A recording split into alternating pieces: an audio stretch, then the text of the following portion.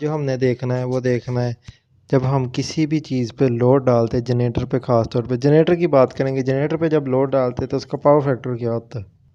अब हमारे पास एक फार्मूला है, Ampere's equal to kilowatt multiply by 1000 divided by voltage VL multiply power factor multiply by √3।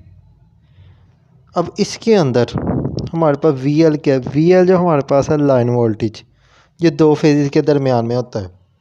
और power factor क्या है, जो जनरेटर की हमारी नेम प्लेट पे उसके लिखा होता है, वो पावर फैक्टर हमने यूज़ करना है। अगर हम एक एग्जांपल लें, हमारे पास फॉर एग्जांपल किलोवाट है किसी भी मोटर का, जो जनरेटर का है वो है 50, और जो है हमारे पास VL जो है हमारे पास 400 है। अच्छा, ये अगर हम वैल्यू इसके अंदर पुट करें, amperes is equal to 50 multiply by 1000 divided by 400 multiply by power factor हम 0.8 ले रहे हैं और √3 की वैल्यू होती 1.732। इसको मल्टीप्लाई करें, ऊपर आ जाता है 50,000, नीचे जब हम मल्टीप्लाई कैलकुलेटर से करेंगे तो आ जाएगा 554.24, और इसको जब डिवाइड करेंगे ये आ जाएगा 90.21। ये आगे एम्पेयर्स इसके 90.21। अब ये जो है हमारे पास इसके ये जनरेटर के जो हमारे पास एम्पेयर्स आए हैं, ये हमारे पास एम्पेयर आगे जब हमने पावर फैक्टर कितना लिया 0.8। अगर हम पावर फैक्टर हम लें, वैल्यू सारी वही रखें, 50 मल्टीप्लाई बाय 1000 400 मल्टीप्लाई बाय 0.9,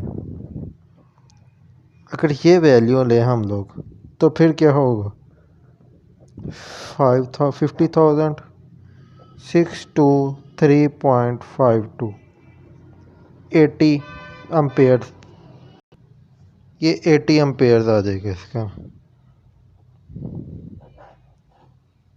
अब इससे हमें क्या पता लगा कि हमारे जो एम्पेयर्स हैं वो किस पे डिपेंड करते हैं। एम्पेयर डिपेंड करता है पावर फैक्टर पे।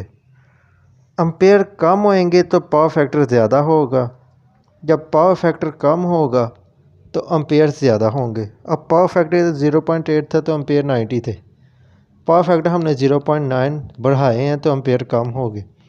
अगर हम एम्पेयर्स रखें 0.7, 50 multiply by 1000 divided by 400 multiply bye 0.75 multiply 1.732, तो क्या होगा, इसके वो डायरेक्ट हम निकाल लेते हैं 96.2। पावर फैक्टर कम किया है तो एम्पेयर्स क्या हो गया हमारे बढ़ गए हैं।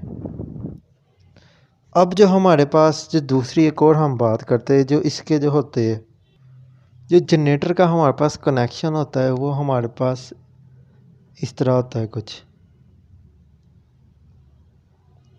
स्टार कनेक्शन में, ठीक हो गया। यहाँ पे रेड फेज होता है, यहाँ पे येलो, और यहाँ पे ब्लू, यहाँ पे न्यूट्रल होता है।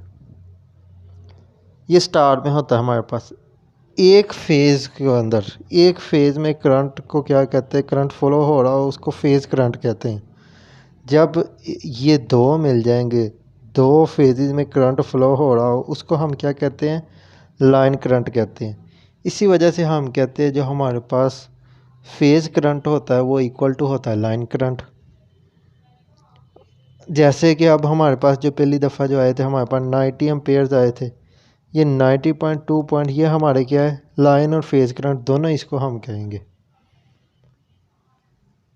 अब एक जनरेटर है, अगर हम हमारे पास ये हमारे पास जनरेटर है तो इसके अंदर 1 2 3 ये लाइनें हैं और हर लाइन पे 90 90 90 एम्पियर जा रहे हैं।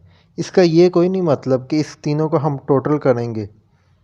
स्टार में हम लोग स्टार में है जनरेटर का कनेक्शन और इसको हम टोटल नहीं करेंगे, ये हमारे पास लाइन करंट जा रहे हैं। ठीक हो गई। ये थी आज की वीडियो, उम्मीद है आपको पसंद आई होगी। चैनल को सब्सक्राइब करें। शुक्रिया।